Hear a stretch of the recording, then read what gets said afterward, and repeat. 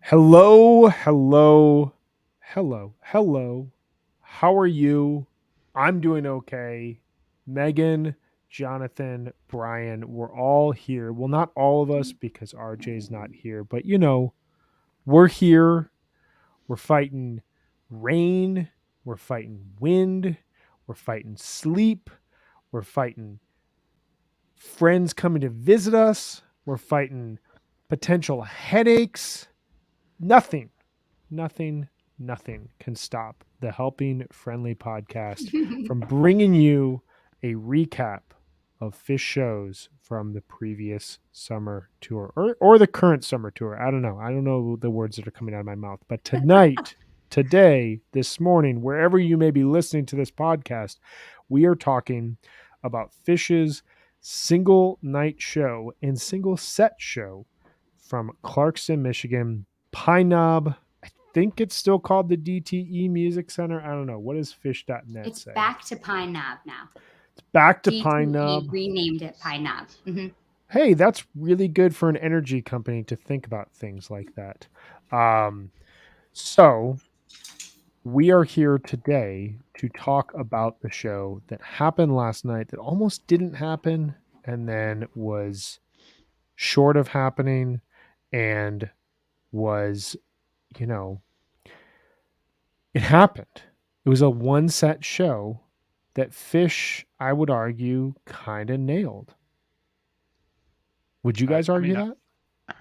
you could ask for more from this show, but it might not be fair.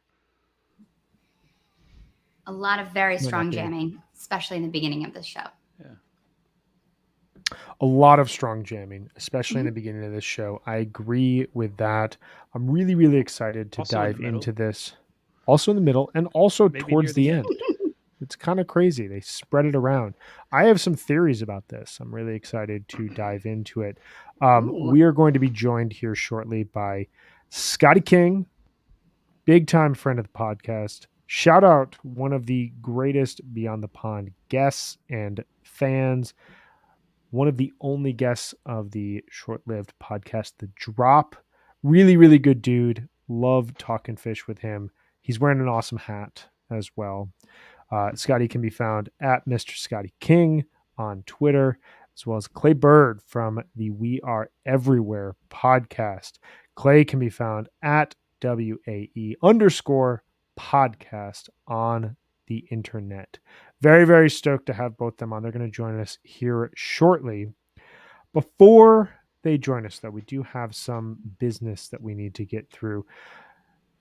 Jonathan, when you're feeling down, when you're feeling a little crummy, there's always one thing that tends to help you. And to me, that one thing is Sunset Lake CBD.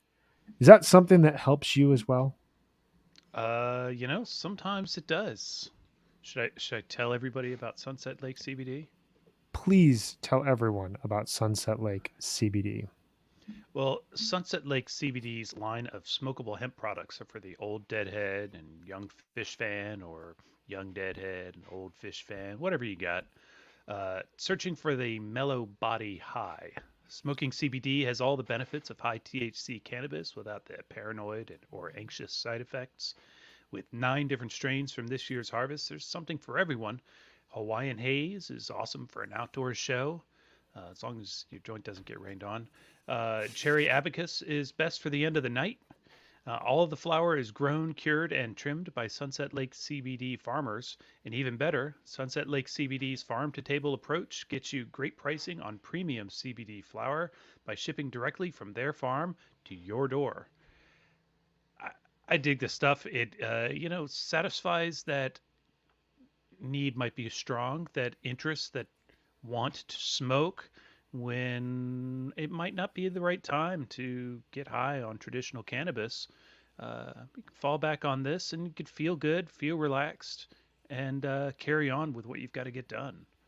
So you can check them out today at sunsetlakecbd.com and use coupon code HFPod for 20% off all products. Sunset Lake CBD, farmer owned, Vermont grown. It's an amazing, amazing company, amazing organization, amazing product. We highly recommend you utilize it for your show going experience or for your relaxation and mental health needs. So, great stuff from Sunset Lake. We also want to shout out our sponsors, Passion House Coffee. Here at Osiris, we are powered by a few things: music, of course, last night's music, of course, but also coffee. I am being powered by a cup of Passion House's Ocean of Osiris, drank out of a coffee mug my wife got me for Christmas last year that has some of my favorite vinyl records on it. So I am literally drinking music right now. If you are watching this, you can tell. We are always drinking Passion House, and we have our very own blend, as I mentioned, the Ocean of Osiris. Please visit passionhousecoffee.com to get some of this and other coffee today. You can use the code on your screen, or if you're listening, it's OSIRIS, Osiris, for free shipping on every order. And we have a contest that is running and continuing to run all summer long. When Fish plays an ocean song, go ahead and tag at OsirisPod plus at Passion House Coffee on Twitter and use the hashtag Ocean of Osiris. We will pick 2 winners at random each show. Last night, late breaking news, we got a winner for Passion House Coffee. Ben Erickson, who can be found on Twitter at Ben Erickson922. We will get in touch with you, good sir, for winning last night's Ocean of Osiris contest.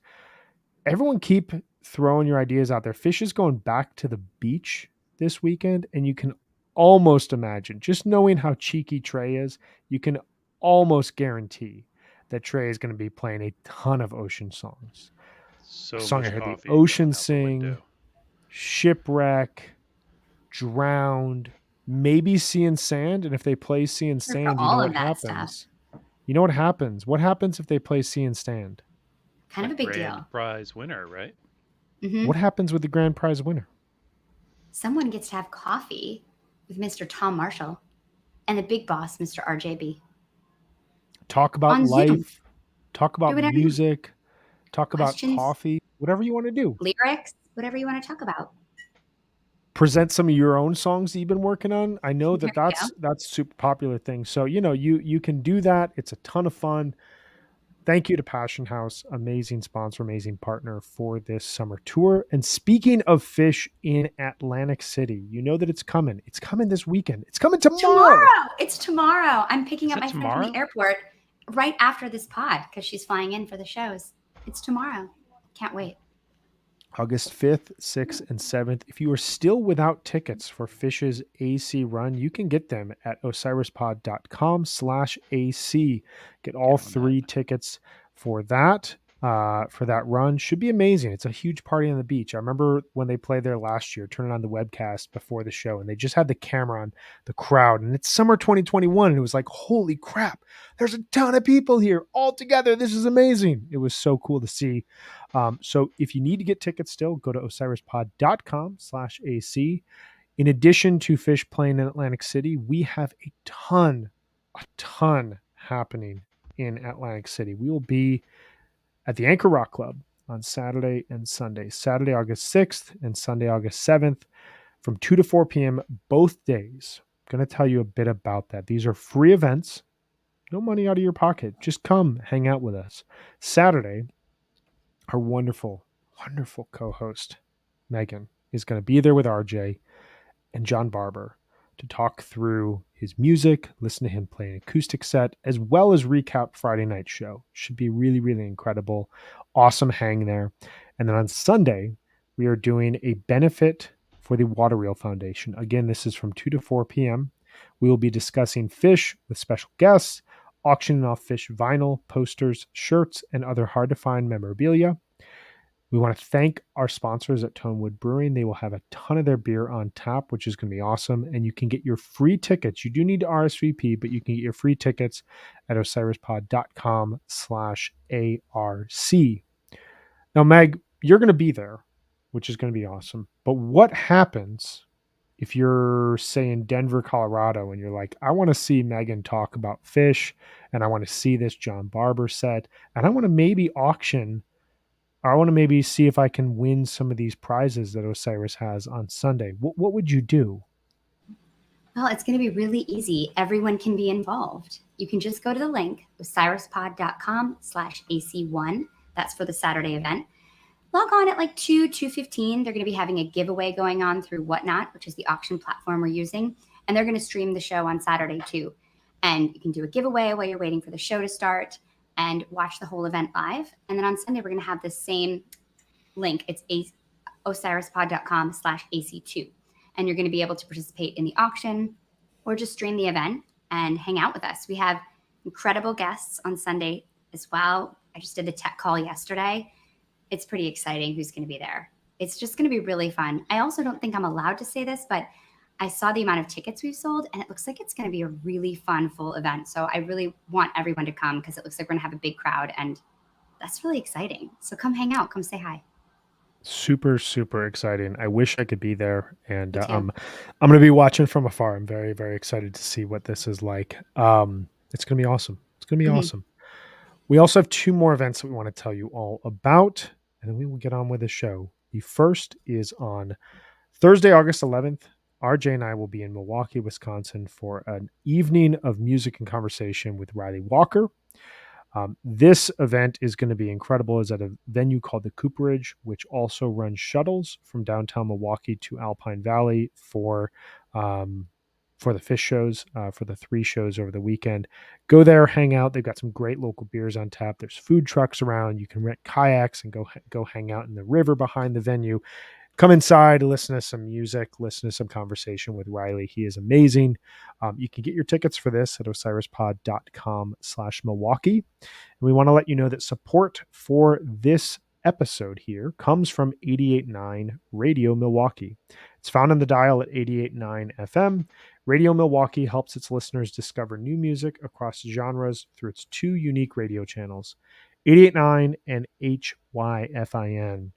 88.9 is an alternative station playing all kinds of music, and HYFIN is one of the first urban alternative stations in the country. It's focused on playing all types of Black music.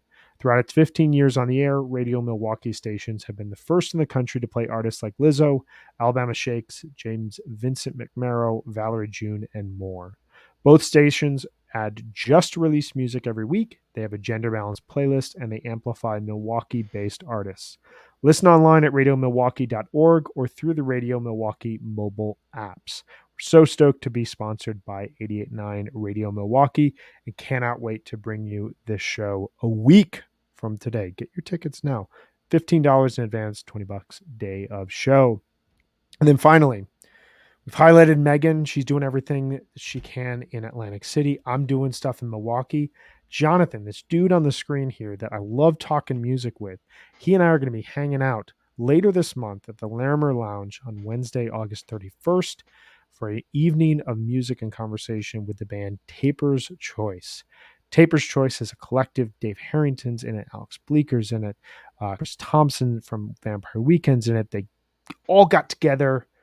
They started jamming and magic happened. And they have amazing songs that go into huge jams like Donor Rap and the Dave Test and blanking on the names of other songs, which is really bad in the moment, but I absolutely love these guys. Check them out on Bandcamp. They've released 4 of their choice cuts, amazing recordings, amazing live shows.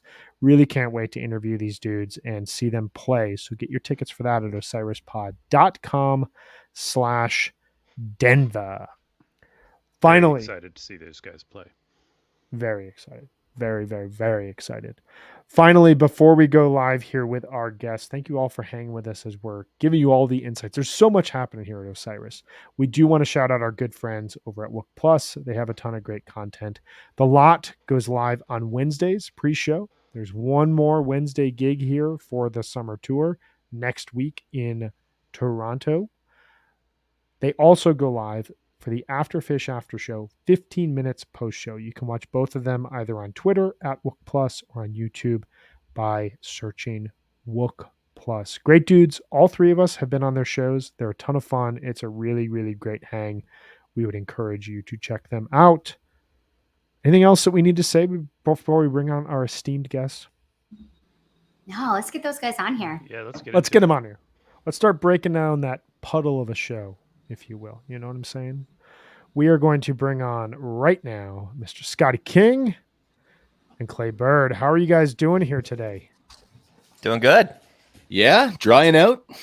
Doing what we can. Yeah, drying out. I just want to say, whoever's idea it was to make the post show at 1 p.m.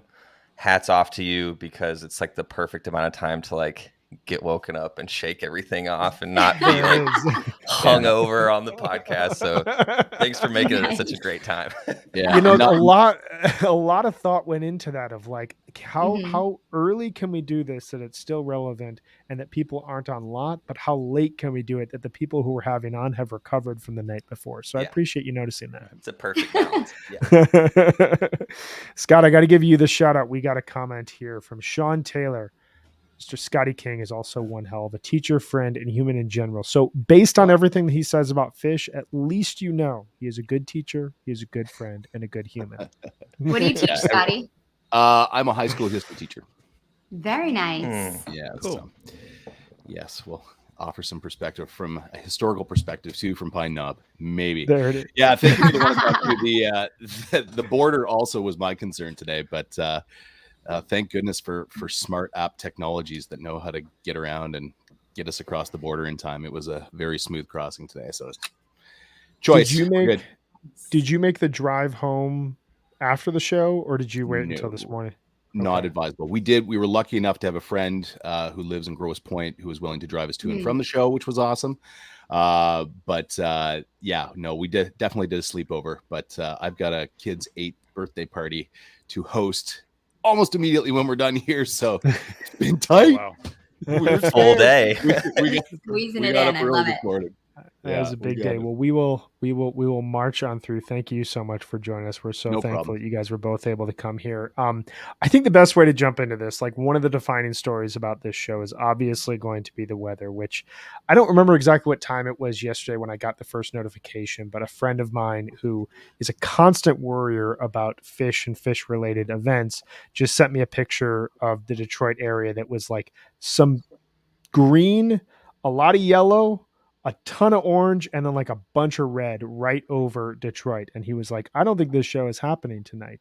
And I was, started looking up the radar and started, putting on my amateur weatherman hat and being like, no, the weather's going to be past Detroit by like mid set one. They can delay this a little bit and come on. People aren't afraid of getting wet, right? Well, we know what happened. The band ultimately delayed the start of the show, played a one set show. And so we want to talk about the vibe of what this was like, because there's, so much energy that goes into going to a fish show, and then things change and it kind of messes with you in good and bad ways. But this section is brought to us, or this segment of the show is brought to us by our friends at Section 119. They are the premier apparel brand where many fans shop to represent their favorite band in everyday life. You get sophisticated designs and epic quality. Section 119 offers donut-inspired button-down shirts, board shorts, dry fit polos, and hoodies, among many other awesome clothing types. Use the code you see on your screen or listen to me say it. It's summer22 for a 20% discount off your next purchase. You're going to love your new gear. And with that in mind, Clay, starting with you, what was the vibe of the show like when you arrived, to the weather stuff, to all that as ahead of getting in? Yeah. I had to do some mental work on myself to not ruin my own vibe. I live about an hour north of Pine Knob, and the rain started about 2-3 and just got significantly worse. So the whole drive was like brutal. I mean, like I'm tense, like you can't really Oh, yeah. see in front of you. So like we finally get there, it lets up a little bit.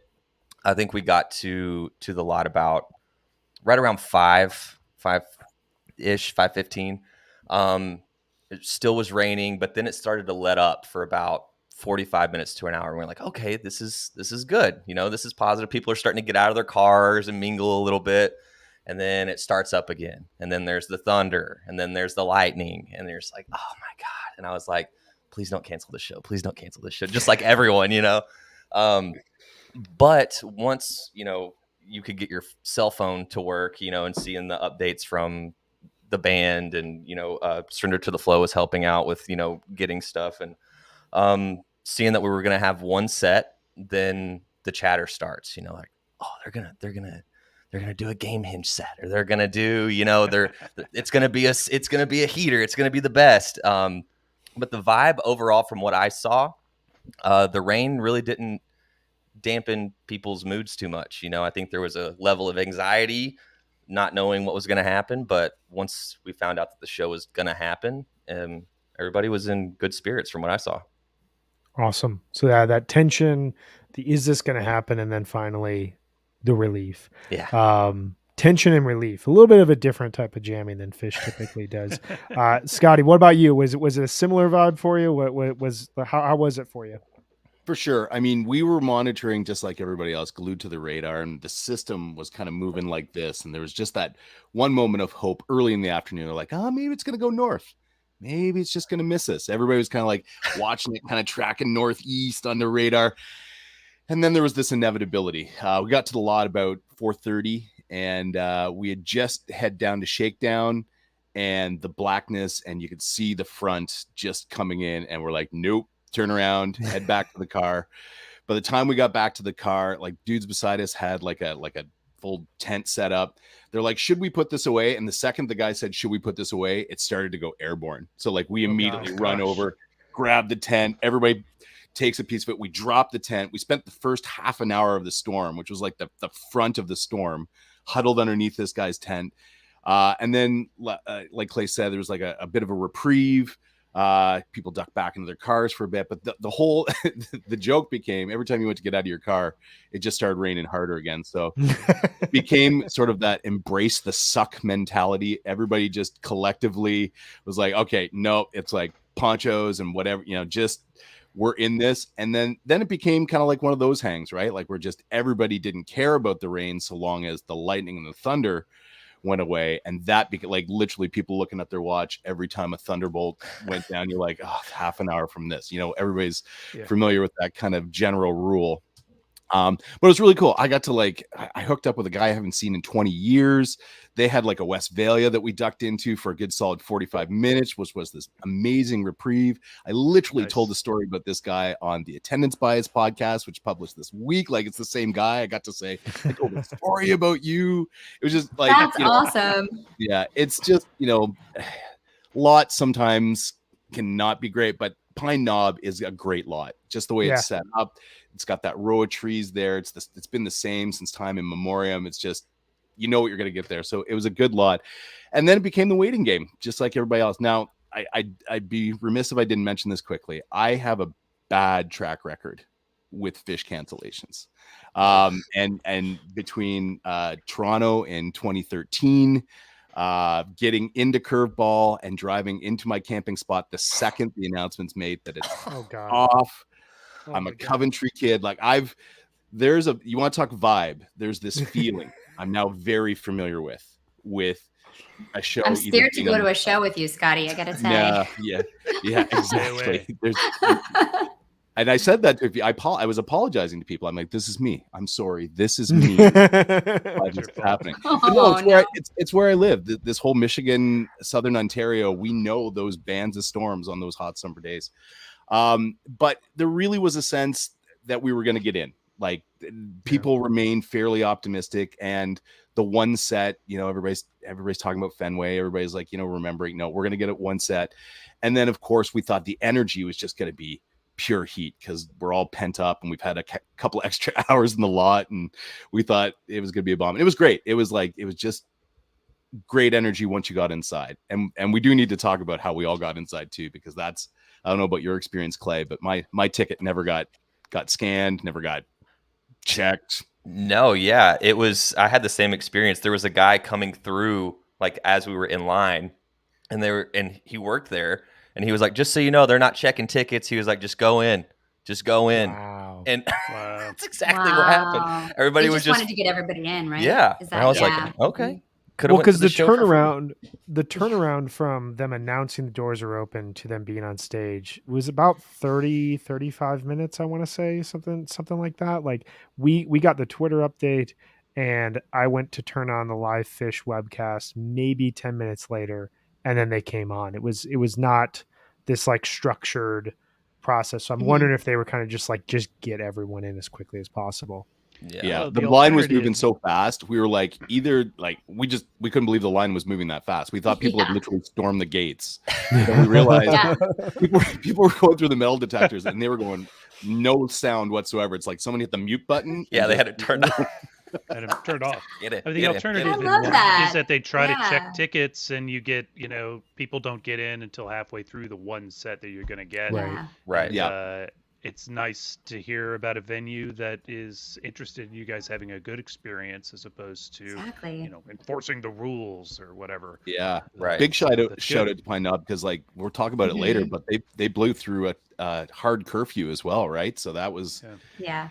Pine Knob's got a hard 11, so they must have done some pretty good negotiating to get us Yeah. to 11:30. Yeah. That's awesome. Where were you guys sitting? Were you guys on the lawn? Were you guys in the pavilion? Where were your seats? Clay, how about you? Yeah, so I had Pav's Mike's side. We were like the second section in, Cool. which was nice because we didn't know if it was going to like continue raining. I Right. was like, oh, I'm so glad we don't have lawns. But yeah, we had a really, really good view. The sound was good. I was joking with my girlfriend because I said we're in the noob section because the people that were in front of us, when someone has that like first show glow where they're just like, I do. you can tell like you're Yep. excited for them, like you can feel what they're feeling. So we had people in front of us where you could tell it was like their first or second show or something like that.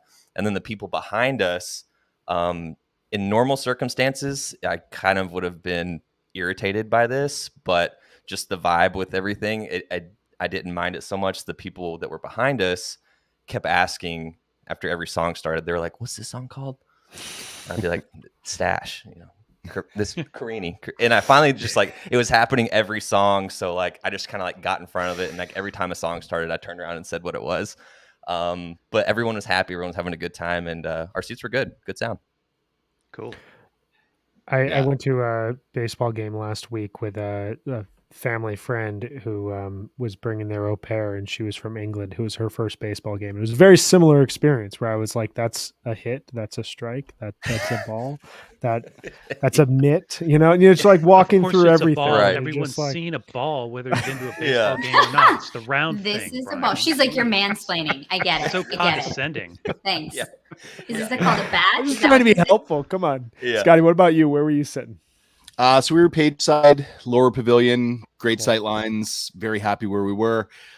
Became a little bit interesting down there with like nobody checking tickets again. So lots of people made a hard press down the side. Lots of people try to get down in GA. Eventually they beefed up security a little bit, but that initial push, what I thought was great and what I really loved about it was like we found our seats really easily, and there were people in our seats when we got there as expected, but like everybody had that kind of old school jumping seats, jumping rows. Sorry, man, my bad. Like nobody was really being too bad about it. And of course, people wanted to get off the lawn, so we knew that there was going to be all that action. But it's hard to stub people down with phones. And this is the other thing: my phone dies quite literally, which is my only proof of where I'm sitting. So like, I was really torn whether to take a bathroom break at all. I did not. Interesting note, but Wow. I also like at that point was just kind of like, what are people doing? Like we've all been out in the lot checking our radars. There's got to be so many dead phones out there. Right. Yeah, really happy with where we were. It was a good get down section. We had a good time. I wonder if dead phones contributed to their decision not to sweat tickets. It's Could be. interesting. A lot of people who just showed up Oh, and yeah. couldn't. Yeah, that's a really interesting thought. I've only been to Pine Knob once. I went there in 2014, and the venue, it's so tiny. I think it's like 15,000 capacity, which for an amphitheater Something just like that. feels so small. And the lawn, I mean, it just looks like a tiny hill just on the other side of Mhm. this small pavilion. I loved it. It was a very cozy little amphitheater, and the sound was great. The sight lines were great wherever you were. You just felt like you were right on top of the band, which was cool. Yeah. Yeah, I love it there. So let's jump into the music. So I really appreciate you guys setting the table here, which is really, really helpful for all of us at home who are like, can Fish just come on stage? Like, you guys are living the experience and living the rush into the venue after the announcement. So Fish comes on and they do a single set, which, going into this, someone mentioned Fenway. Like, there was a lot of chatter in some of the text threads that I'm in about, like, is this going to be like Fenway Night 2? Not everyone's favorite show from summer 2019 for a variety of reasons. I agree with those reasons. To me, I was thinking about this morning. These two Mexico opening night sets that they've done seem to really help Fish craft a one set show. Like, in the past, the two set model has always been what works for Fish, where if you get a great first set, you get this shockingly awesome first set, because a lot of first sets can be used as like an introductory moment. This one set approach seems to really be benefiting them, just based on, especially this last year, the Mexico set was great. But diving into this, they come out, they play I Never Needed You Like This Before, Everything's Right, Kill Devil Falls, Camel Walk, Stash, Bouncing Around the Room, My Friend, David Bowie, Carini, Into No Man in No Man's Land, Into Twist, Drift While You're Sleeping, and then an encore of Bug into Possum. I believe it's a 15-song show, which is really wild to think about. If that was split apart across two shows, be a lot of jamming there. And there was a lot of jamming last night. Scotty, starting with you, let's take kind of the first half of the show, maybe through the bouncing, kind of that felt like a proper break there. What was your highlight? I was just going to say, bouncing, I think, is set break. If you really can't get your head wrapped around a one set show and you really just want to divide it up that way, I would say bouncing is that sort of natural. You had 3 minutes to get to the bathroom, go. Much shorter set break. But that being said, so everybody's kind of getting settled. Never Needed You Like This Before. My first, great. Love the energy. Get things started with a rock show. And to me, I Never Needed You Like This Before is always kind of a signal from the band. Like I don't know, maybe I'm attaching it too much to pandemic thoughts here, but it just feels like that sort of, we're all in this together. Totally. We need you, you need us. I've always read that message from the band, followed by Everything's Right, which the message couldn't be clearer, right? We're all here now. Everything's right. Just hold tight. Our longest jam of the night. And, doesn't really get too much past type 1 jamming, but like, again, we feel the push. We feel some interesting ideas begin to percolate. The band is clearly sending us a message that we're going to go for it early. And we're going to start playing with ideas. And this is, if you want an overarching theme, micro jams and ideas aplenty are just dropped throughout this show, right? And even if they're just touched upon for a few minutes and not stretched out, there's a lot of great little ideas that emerge through Everything's Right. And I think Kill Devil Falls too, which I'm going to say is the most pleasurable Kill Devil Falls I've ever seen. I really enjoyed it. And it's really kind of jumped up. It used to be an instant sort of, not really, but now I'm a believer after this Kill Devil Falls, that's for sure. So that's my like early highlight. And that Stash. I know last summer was the summer of Stash, but that, I think Stash is in the last 5 years have mostly been of upper tier, and this one just felt like all night. I think we were all thinking, I don't propose to know what the band thinks, but I think we're all thinking, okay, they're never going to let everything get too big, but they're going to do quality with what they've got. And I think the Stash is that. Later we'll talk about the Bowie is that. Anyway, those are my thoughts on kind of the first. I think it's a really good succinct breakdown. To me, the Kill Devil Falls is where I felt like there was like the most creativity coming off the stage, and that is a song that, as you noted, the first. Well, there were a couple random versions, Bonnaroo 09, Bethel 2011, that stretched beyond the border, but for the most part, Kill Devil Falls kept in the pocket. It was this rockin' song that they would use as a set one opener a lot of the time, or as kind of like a reset of, we need to pump some energy into this show. But yeah, the last couple of years have been some fantastic versions of it, and last night was no slouch. It was really, really good. Clay, what about you? What were your big highlights of that first part of the set? Yeah, first part of the set, right off the rip, we were still in line whenever the show opened, in line to get like posters and merch and stuff like that. Before I get into this, we get up to, it's our turn in line to snag a poster. They're like, "Oh, that was our last one," and I was like, "What?" and they ran over to like the other merch table that was across the venue and brought some back. So we had to wait a little bit longer, but wound up getting a poster. So That's that's cool. yeah, that's happening while I Never Needed You Like This Before. In the beginning of Everything's Right, we get to our seats right as Everything's Right is like, I'm like, oh, they're going for this. And right around that like 12-minute mark where I'm a sucker for like the evil dark stuff.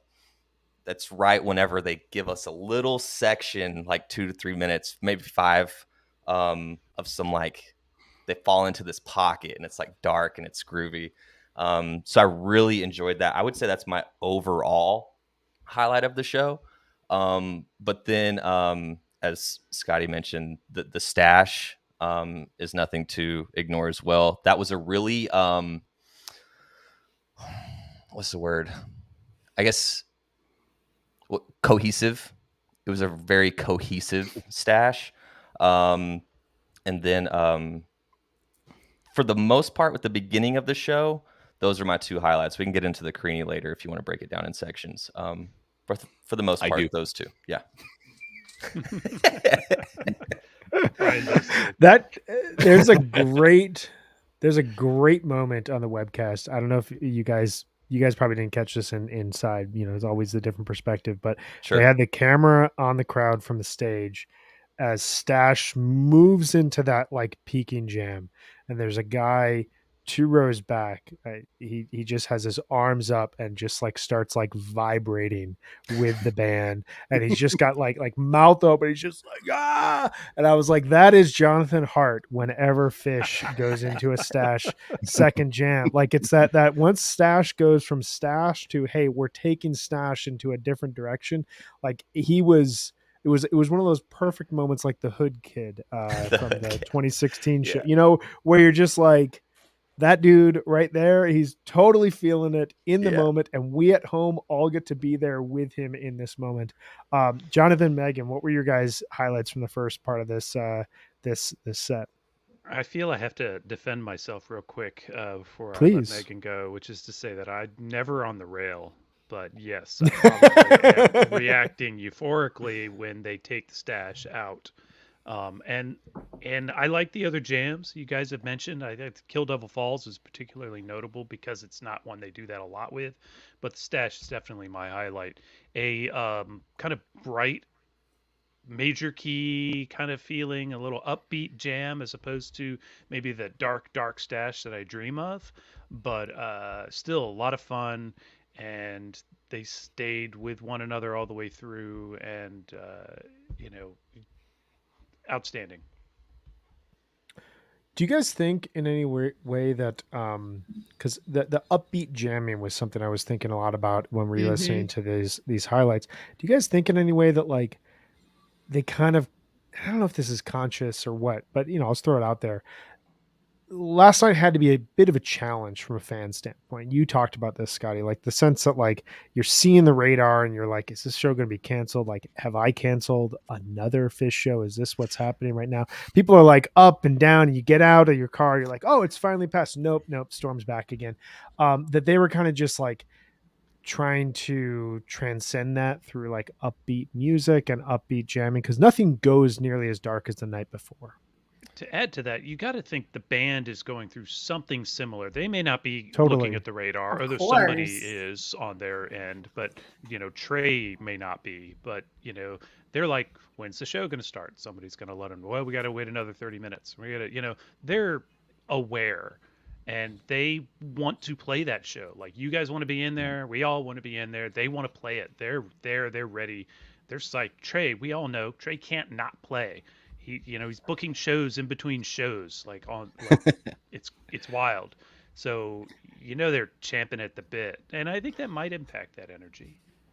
I I thought think so maybe for they were. sure. Also, I think that they're definitely also just been doing a lot of positive melodic jamming this tour. I think that Yeah. they've been having this like balance of like really upbeat melodic jamming with this like, you know, there's kind of like a yin yang thing. There's like this yang of this like beautiful positive melodic jamming, and then there's this yin of like this like dark alien monster sound. And we really only got that like once tonight in the Carini, like barely for like a second. It was just like, I think every time they kind of went that way, you know, Trey's just not there right now. I think he's just doing a lot of like blissy peaks, really pretty.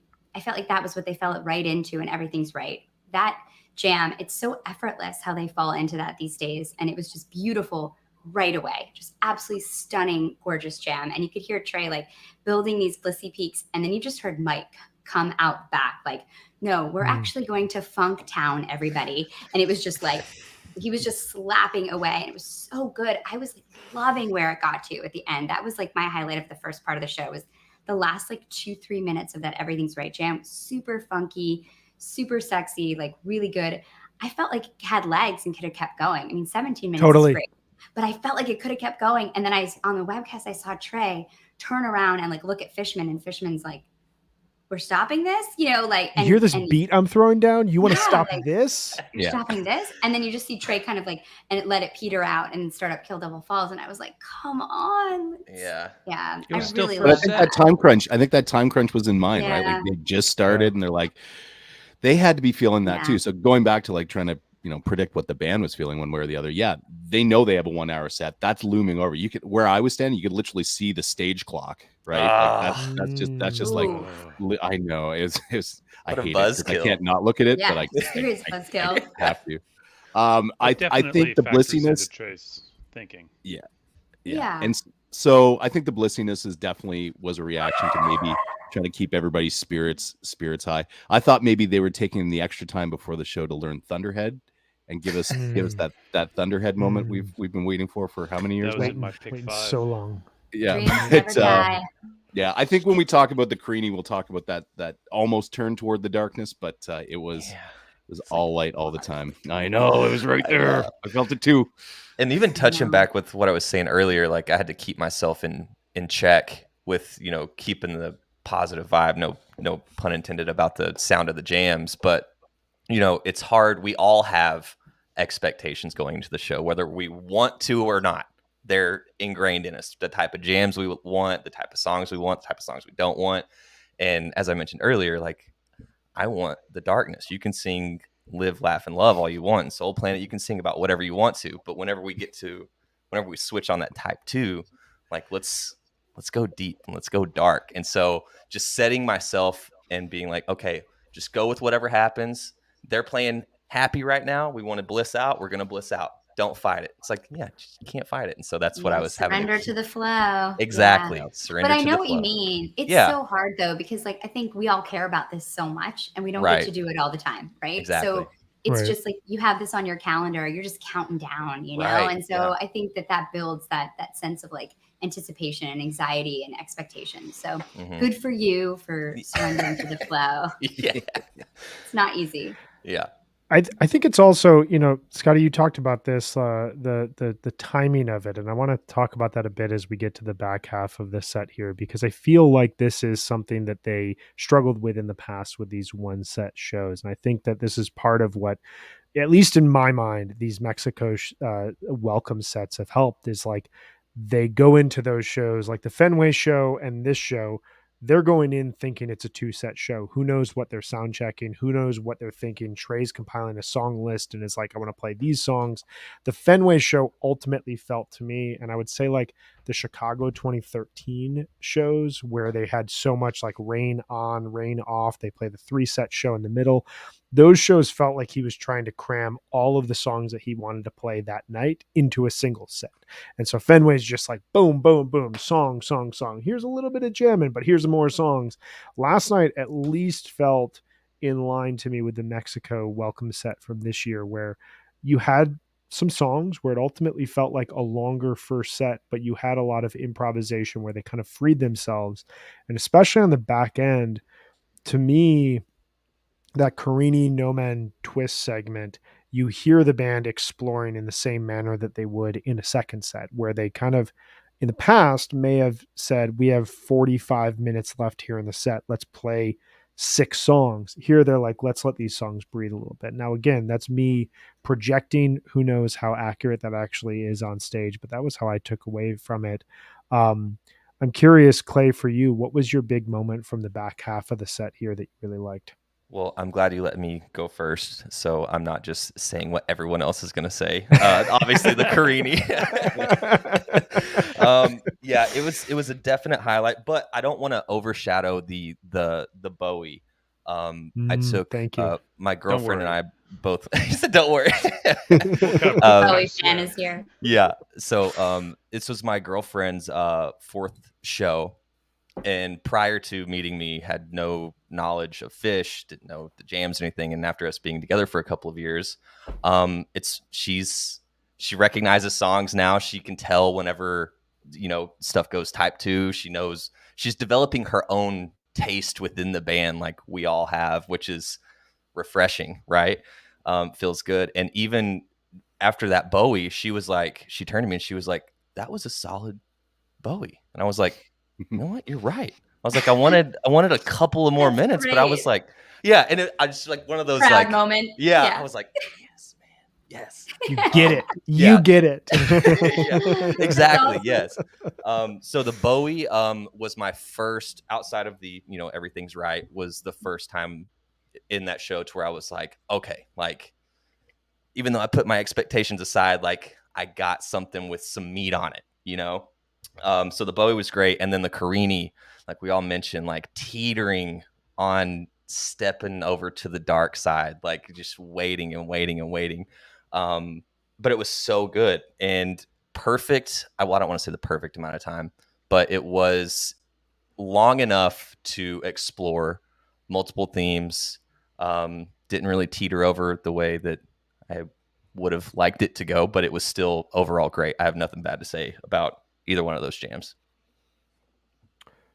Scotty had his chance earlier to apologize for the weather issues. I want to apologize to everyone in the venue as well as at home for the Bowie. It was an amazing Bowie, and I texted our group thread probably 6 minutes in and said, something is happening in this Bowie. And something did happen. Something did happen. It started to go in places that it hadn't gone in a long time. And as Russ Tab, good friend of the pod, says, Bowie is the new bag, which I think means we're getting there. We're about to get there. We're about to have that big Bowie. But I called it.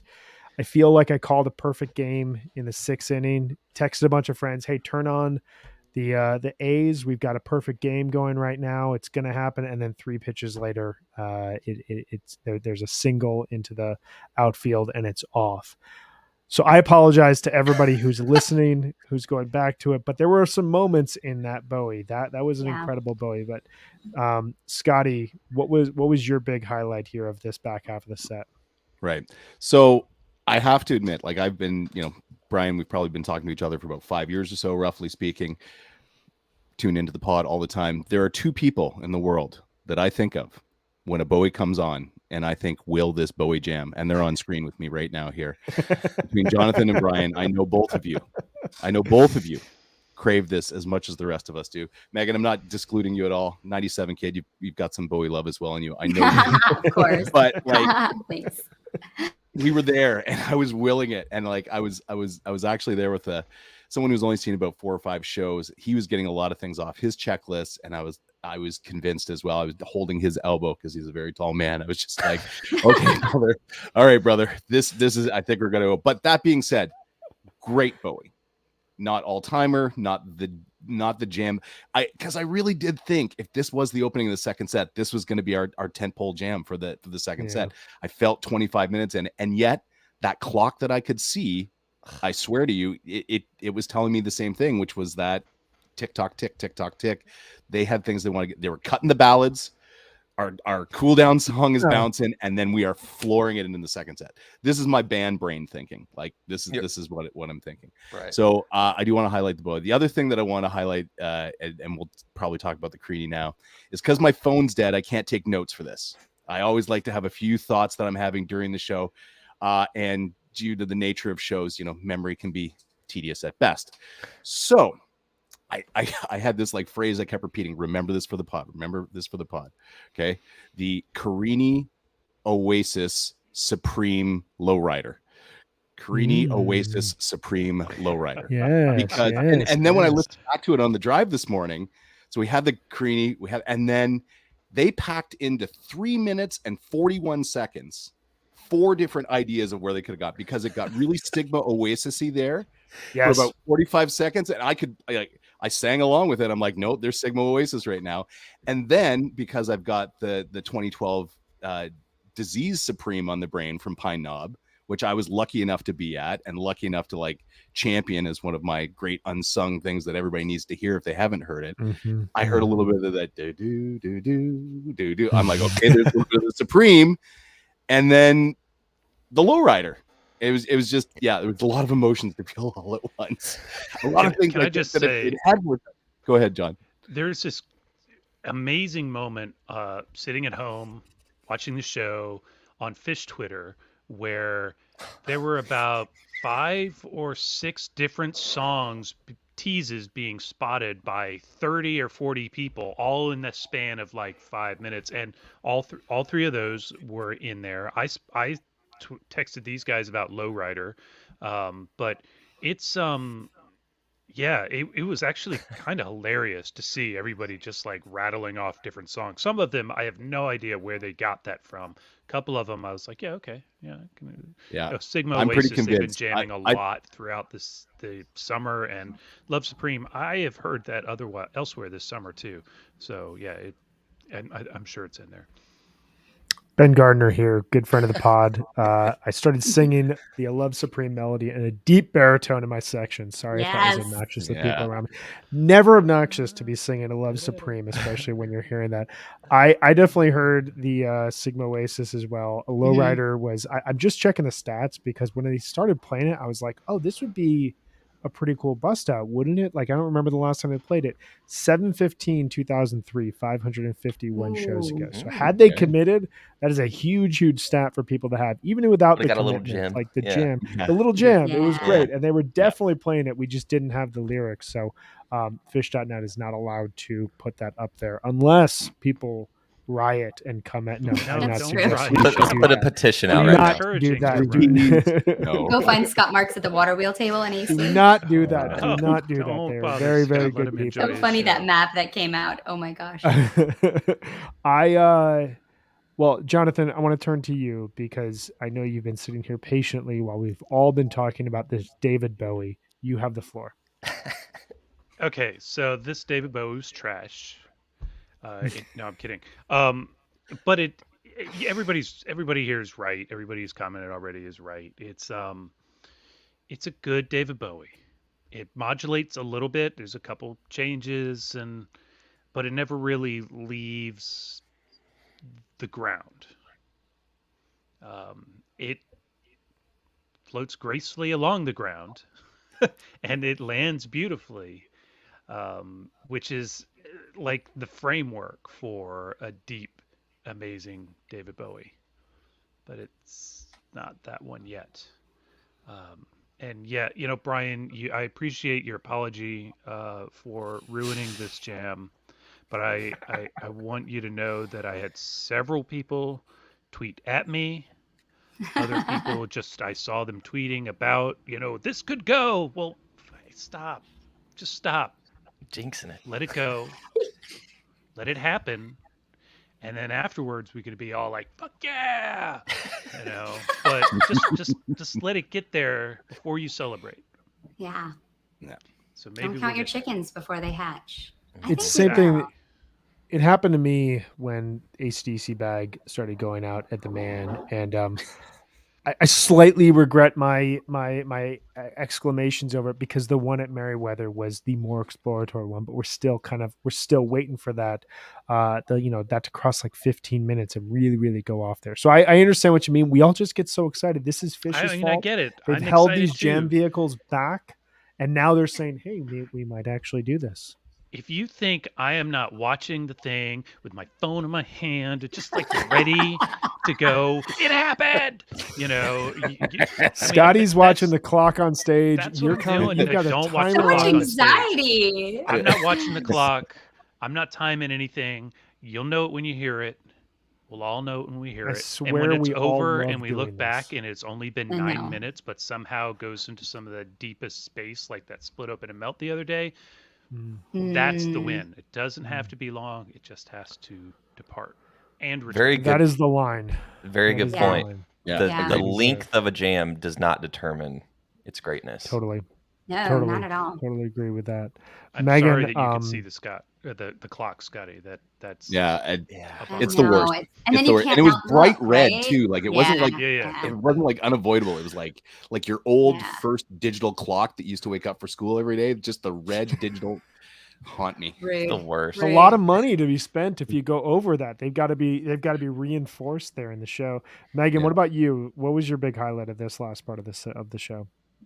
The one thing I wanted to point out that stood out to me in the Bowie too is just Mike giving it some extra sauce with his vocals. He is just delivering these days. I mean, I think about like the Big Black Furry Creature from Mars in Raleigh, where he was just like, he's really sounding very good. And he was doing that during Bowie too, stretching out some of the lyrics in a way that sounded really cool. It was really hard to notice, but really cool if you listen back to it. He's just really, I think Mike's on fire right now. But yeah, I love the Carini too. When they started to play the like alien noises, I was like, just go. But they didn't. No, I thought it was I thought that section was really good. I think that whole bit from Bowie, Carini, I mean, No Man, it was like still got into that like hypnotic groove. And then I thought they were going to take that one dark too. But then Trey found a riff and then ended in twist. So I think you're right. I think he was really influenced by wanting to play more songs too, but still allowed things to breathe, which I think is commendable. It's a tough balance. We've talked a lot this tour about fourth quarters and about the idea that like the last part of a show tends to be, songy, high energy, rather than like, a segment of music in a sense that's kind of bridged naturally. I felt like last night was the latter. It didn't feel like they leaned into the clock or to, hey, we got to do this song and then this high energy song and then this high energy song to leave people on a high note. That Carini No Man Twist segment is legitimate jamming and legitimately really good music, and it all felt really natural. The direct segue into No Man felt like kind of surprising in the moment. It also felt very natural in a good way. Like both of those things, like where you're like, oh wow, they found No Man. Of course they found No Man. When you listen back, it makes total sense. The way that went into Twist, I don't know, it all felt like a really good spot for me. Clay, Scotty being there, did that feel like that for you guys? Yeah, no, it felt really good. I think you said it perfectly. And I always think back, or I say I always think back, I was thinking back today, if you would have taken away those two songs, like the song portion of No Man's and Twist, and just had the music, so like leaving the jam from Carini, picking up the jam, and No Man's picking up the jam and Twist, that would have been, people would be talking about that jam for it would automatically be like a top tier, everybody's talking about it.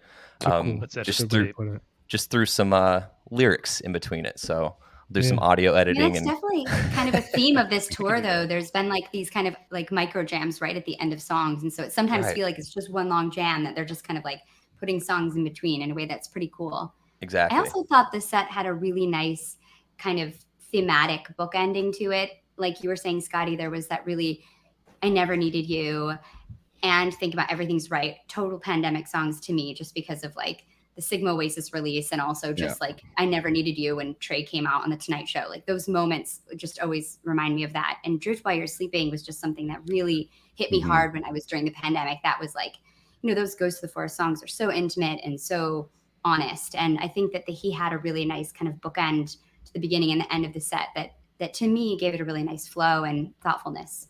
Yeah. Two points there. Stormy weather lyric too. Yeah, exactly. Yeah. No Man in No Man's Land. Big pop, if you listen to the tapes, probably, when it's like, we're happy that you're here, exposed to all the elements inside all this clear. Like that got a big pop. Yeah. And then, as my buddy Sean Taylor is saying in the chat there, we move through stormy weather. Now, Drift is somewhat of a controversial choice sometimes, and not everybody's favorite way to end. But I tell you, last night in that particular position, thematically, there was a lot of people singing along, maybe to "We Move Through Stormy Weather" that maybe wouldn't have before. I don't know whether you found that clear or not, but it was definitely throw your arms around the person nearby, because we just all collectively went through that moment together. Yeah. Once again, after I put myself mentally in check, I was like, that's a cool way to end. You know. Yeah. See? Yeah. Yeah. It's cool And how so, that happens where like yeah. a song just quickly like on that like it's cool how sometimes a song doesn't fully connect with the entire fan base and then a moment happens and they play it in the right space and suddenly it becomes a song that everybody embraces They're like, we and got you. Ha. You like it now. yeah like now you guys all understand why you know like but it's also fascinating to me that like I can't even imagine, you know, Trey's got a song list in front of him. So he has like the list of these are the 50 songs or whatever I want to choose from for tonight's show. It's amazing sometimes when they make that perfect song selection, like Adrift in that spot there, where he's able to think in the moment, this will do it right here. And it's something beyond what we're even thinking about. But Scotty, go ahead. What were you saying? No, that pretty much summates what I was going to say. Just brought it all in together in a nice bow and some nice thematic elements to take us all home. And then we get the encore bug and possum. We get the heart wrenching moment to start things out. The heart warming moment. The hearts are a flutter. Everyone's doing the fist bumps now to Bug, which we're at the point in the tour where like I'm starting to think, what are the songs that I'm going to hear when I see the band next weekend at Alpine? Because we're starting to hear songs that it's like they may not play it this weekend in AC, they may not play it in Toronto. What are we going to get next weekend? So you know, I'm guessing we're going to be doing fist bumps at Alpine. It just feels right at this point in time. But any last thoughts you guys have? Just anything we didn't cover from a set list standpoint here? I think we so. did a pretty good job of covering everything, you know, with it being the one set. We can all say, I wish this would have happened, or we can all say, hey, this was cool for what it was. And the band delivered with, sometimes in life you're handed what you're handed and you got to make it work. And that's exactly what happened. And I think everybody walked away from it happy. I didn't see anybody leaving saying, God, man, you know, Well, even there was one guy. There was that one guy. No, there I'm has to joking. be. Yeah. Oh, yeah. There's Yeah. always that guy. Of course. There's always that guy.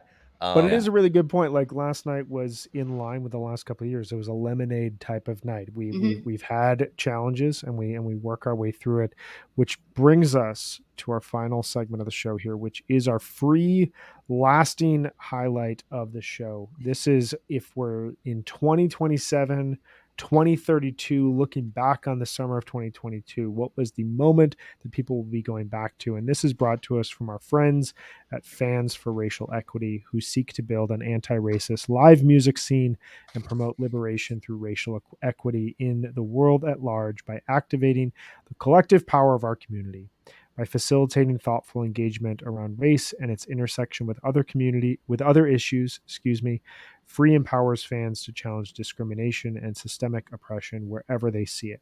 To get involved in Free's education, outreach, and community partnership programs, you can sign up with the link on the screen, or you can listen to me say it at fansforracialequity.org. Once again, that's fans with a PH for racialequity.org. You can share in the groove with them at the free table during a show. They will be at every venue for the rest of Fish's summer tour. Clay, starting with you, if we're thinking 5 years from now, what is the lasting highlight that you are going to be looking back on? Great question. I'm gonna go with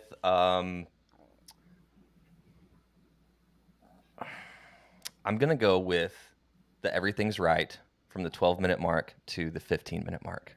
That piece of very music. Specific. You have to be. Once again, you know, when you're given something to work with, you got to work with it. I'm going to go with that because that was the first, just taking myself back into the moment of last night. That was the first time during that show to where I was like, okay, here's something. There's something that's going to happen. They're not just going to phone it in. Like, we're getting some meat here. So I'm going to go with that. And I'll leave the Carinis and the Bowies for other people.